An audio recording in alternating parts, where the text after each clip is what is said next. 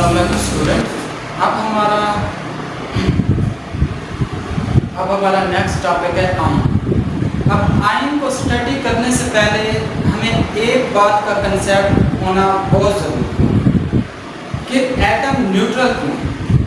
जब हमें इस बात की समझ आ जाती है कि एटम न्यूट्रल क्यों है, उसके बाद जो हमारा अगला टॉपिक है वो हम ऑटोमेटिकली समझ जाते हैं, उसमें कोई भी प्रॉब्लम नहीं होगा।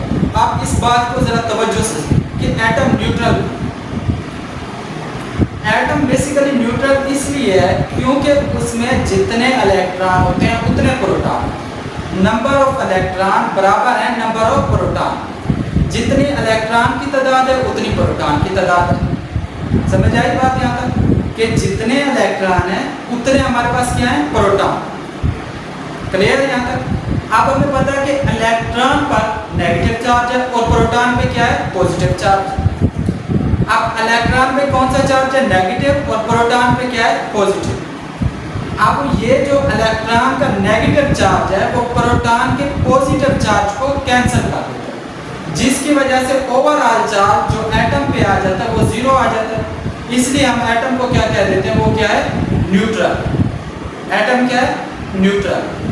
अब वो न्यूट्रल कैसे होता है, सपोज मैं एक एग्जांपल देता हूँ कि पहली बात है कि एटम न्यूट्रल क्योंकि नंबर ऑफ प्रोटॉन बराबर है नंबर ऑफ इलेक्ट्रॉन।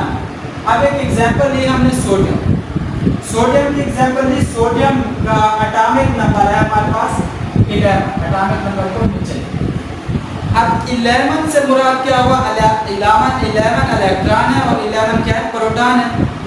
11 इलेक्ट्रॉन है और 11 प्रोटॉन। अब 11 इलेक्ट्रॉन पे में नेगेटिव चार्ज है, हमारे पास कितने नेगेटिव चार्ज है, 11। उधर से हमारे पास कितने पॉजिटिव चार्ज है, प्रोटॉन पे भी 11 है, तो हमारे पास 11 पॉजिटिव चार्ज है। अब ये 11 नेगेटिव चार्ज उस 11 पॉजिटिव चार्ज को कैंसिल कर देंगे, इसलिए जो ओवरऑल इफेक्ट आएगा, जो चार्ज आएगा उस पर वो क्या होगा, जीरो आएगा। इलेक्ट्रॉन जो मेन एटम पे जो ओवरऑल चार्ज होगा वो क्या होगा, जीरो। यहाँ तक बात क्लियर हुई कि एटम न्यूट्रल क्यों होता है। न्यूट्रल इसलिए होता है कि number of electron equal to है नंबर ऑफ प्रोटॉन। जब नंबर दोनों इक्वल है तो वो एक दूसरे जो चार्ज की तादाद जब इक्वल है, जितने पॉजिटिव चार्ज है उतने हमारे पास नेगेटिव चार्ज है। तो जैसे जैसे हमारे पास जो पॉजिटिव चार्ज है वो कैंसिल कर देगा नेगेटिव चार्ज को, इसलिए एटम क्या हो जाता है, न्यूट्रल। अब हम आते हैं अपने टॉपिक की तरफ कि आयन क्या है। क्या है आयन, क्या है आयन? एक ऐसी स्पीशीज है या एक ऐसा एटम है जिस पे पॉजिटिव या नेगेटिव चार्ज है। आयन क्या है, any species which has positive और negative charge is called ion. Like हमारे पास है सोडियम Na+1, एक है क्लोरीन Cl-1 कि सोडियम पे चार्ज क्या है, पॉजिटिव 1, Cl पे क्या है, नेगेटिव चार्ज 1। तो इट्स मीन ये हमारे पास क्या है, आयन है। अब आयन की है दो टाइप्स, एक है केटाइन, दूसरा है एनायन। आयन की कितने टाइप्स हैं, दो, एक केटाइन, दूसरा क्या, एनायन। केटाइन क्या है, जिस पे पॉजिटिव चार्ज हो उसे केटाइन आयन कहते हैं, जिस पे नेगेटिव चार्ज हो उसे क्या कहते हैं, एनायन आयन। अब क्वेश्चन ये पैदा होता है कि ये केटाइन आयन कैसे बनता है और एनायन आयन कैसे बनता है। ठीक है, केटाइन आयन कैसे बनता है और एनायन आयन कैसे बनता है। अब हम पहले क्या देखें, आप वो मैं बताता हूँ बात। आप पहले ये आयन की डेफिनेशन देखें कि any species which has positive और नेगेटिव चार्ज। कोई भी स्पीशीज जिस पे पॉजिटिव हो, पॉजिटिव या नेगेटिव चार्ज हो, उसे हम क्या कह दिया, क्लियर कह दिया कि वो आयन है। आयन की ये एग्जांपल है। अब पहली टाइप है केटाइन, दूसरी है एनायन। अब केटाइन क्या है, जिस पे पॉजिटिव चार्ज। ये बनता कैसे, form by the loss of one electron और मोर इलेक्ट्रॉन। जब एक एटम के आउटर मोशन से आप एक इलेक्ट्रॉन को रिमूव कर देते हैं, एक इलेक्ट्रॉन निकल जाता है, तो फिर क्या बनता है, हमारे पास पॉजिटिव चार्ज, फिर हमारे पास केटाइन बनता है। वो कैसे पॉजिटिव चार्ज है इसमें, अब मैं आपको एक इसकी एग्जांपल समझाता हूँ कि ये सोडियम है,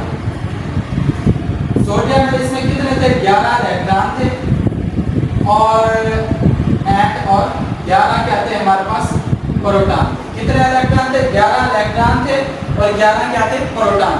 अब इसकी इक्वेशन क्या है कि एक एटम है, उसमें से एक इलेक्ट्रॉन रिमूव।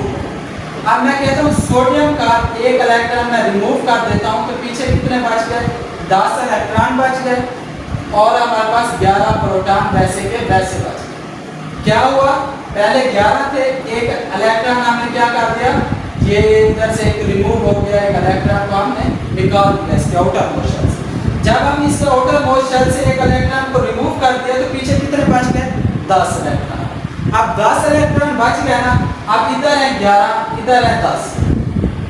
आप देख लें कि जो 10 इलेक्ट्रॉन है इधर सोडियम के, वो 10 प्रोटॉन को तो कैंसिल कर दो।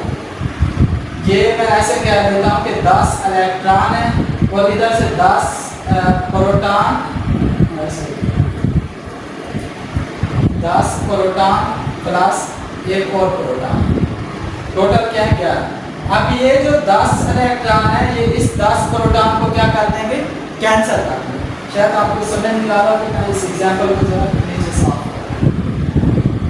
आप इस एग्जांपल को थोड़ा अब ये सोडियम था हमारे पास, न्यूट्रल था, जब उस पे चार्ज क्या था? 0 था।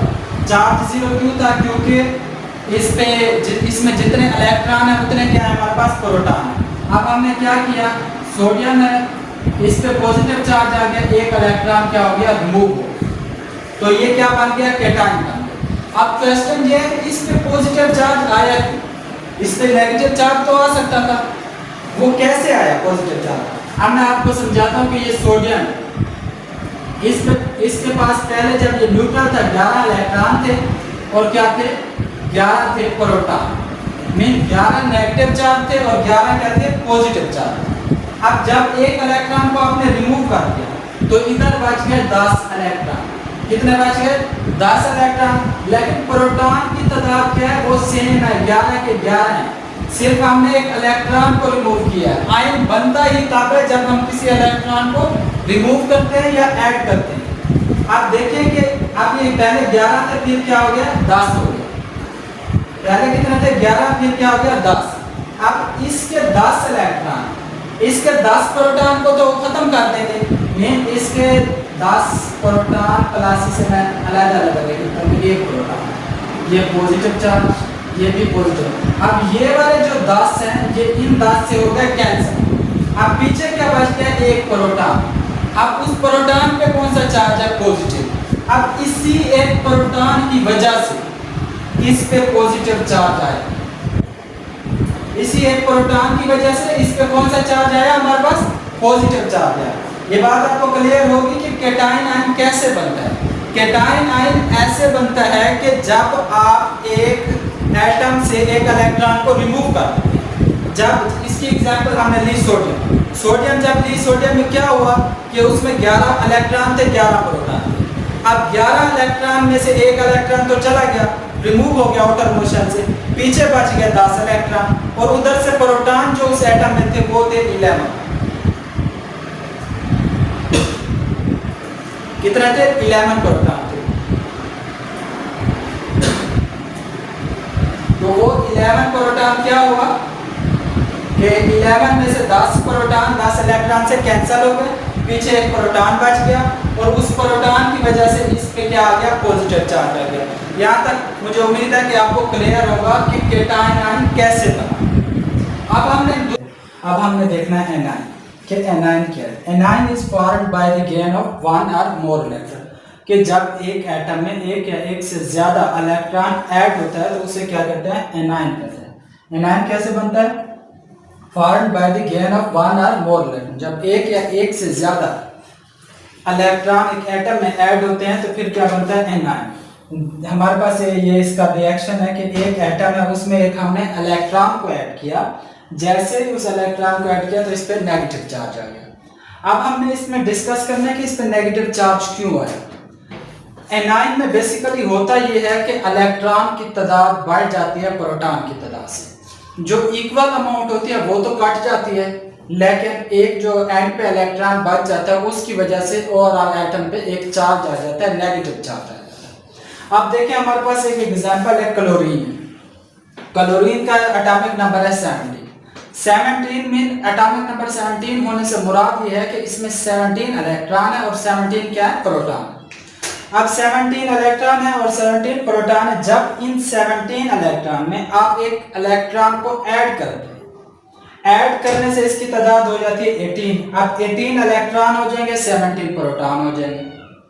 अब इसमें से 17 जो इलेक्ट्रॉन है वो 17 प्रोटॉन से कैंसिल हो जाते हैं, पीछे क्या बच जाता है, एक इलेक्ट्रॉन बच जाता है, जिसकी वजह से ओवरऑल क्लोरीन के ऊपर एक इलेक्ट्रॉन बचा, तो अब ओवरऑल क्लोरीन के ऊपर क्या आ जाता है, हमारे पास एक नेगेटिव चार्ज आ जाता है। अगर इस जगह हमारे पास लाजमी नहीं कि एक इलेक्ट्रॉन बचे, 2 भी बच सकते थे, 3 भी बच सकते थे, कोई भी हो सकते हैं। जितना एंड पे इलेक्ट्रॉन बच जाते हैं उतना उस न्यूट्रल एटम के ऊपर एक चार्ज आ जाता है, इस वजह से इस पे क्या होता है, नेगेटिव चार्ज होता है। अब दूसरी बात इसमें यह है कि ये एक एक्सोथर्मिक प्रोसेस है। क्या है, एक्सोथर्मिक प्रोसेस है। एक्सोथर्मिक प्रोसेस क्या होता है, सच process in which energy is release. ऐसा प्रोसेस जिसमें एनर्जी रिलीज हो उसे हम क्या कहते हैं, एक्सोथर्मिक प्रोसेस कहते हैं। एक्सोथर्मिक प्रोसेस क्या होता है, जिसमें एनर्जी रिलीज हो। लाइक मेरे पास ये एक ढक्कन है, इसमें पानी भरा हुआ है, ये पहले से क्या है, फुल है। जब आप इसमें थोड़ा सा पानी और डालेंगे, पानी और डालने के नतीजे में क्या होगा, जो पहले वाला पानी है वो नीचे गिरेगा, इसमें पानी क्या हुआ, रिलीज हुआ। बिल्कुल सेम कंसेप्ट है इसमें एनाइन के केस में। एनाइन के केस में ऑलरेडी जो क्लोरीन में इलेक्ट्रॉन थे वो टोटली इक्वल थे, मतलब कि फुलफिल था इलेक्ट्रॉन।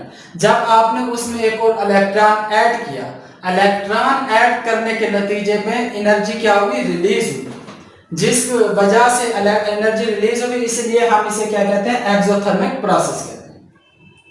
ये तो हमारे केटाइन, एनाइन और आयन के बारे में हो गया। ये तो एटम से जो क्या कहते हैं हमारे पास आयन बनते हैं। इस तरीके से मॉलिक्यूल में भी बिल्कुल यही सेम है, सेम काम है कि ऐसे मॉलिक्यूल जिसमें इलेक्ट्रॉन ऐड हो या जिस पे पॉजिटिव चार्ज हो या नेगेटिव चार्ज हो, उसे क्या कहते हैं, मॉलिक्यूलर आयन कहते हैं।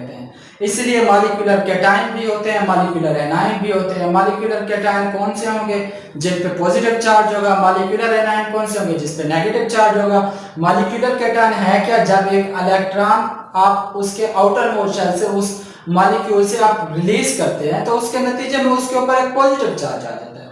इसी तरीके से जो मॉलिक्यूलर एनाइन होगा उसमें ऐसे होगा, जैसे आप एक इलेक्ट्रॉन को ऐड करेंगे तो उस पर भी एक क्या आ जाएगा, नेगेटिव चार्ज आएगा। सो उम्मीद है स्टूडेंट आपको ये लेक्चर समझ आया होगा। अगर फिर भी आपको इसमें कोई कंफ्यूजन हो या कोई भी किसी किस्म का मसला हो तो आप लाजमी कमेंट्स में लिखें, और इंशाल्लाह हम अगली वीडियो में आपको उसके बारे में आंसर करेंगे। थैंक यू, और आप मेरे लेक्चर को सब्सक्राइब कीजिए।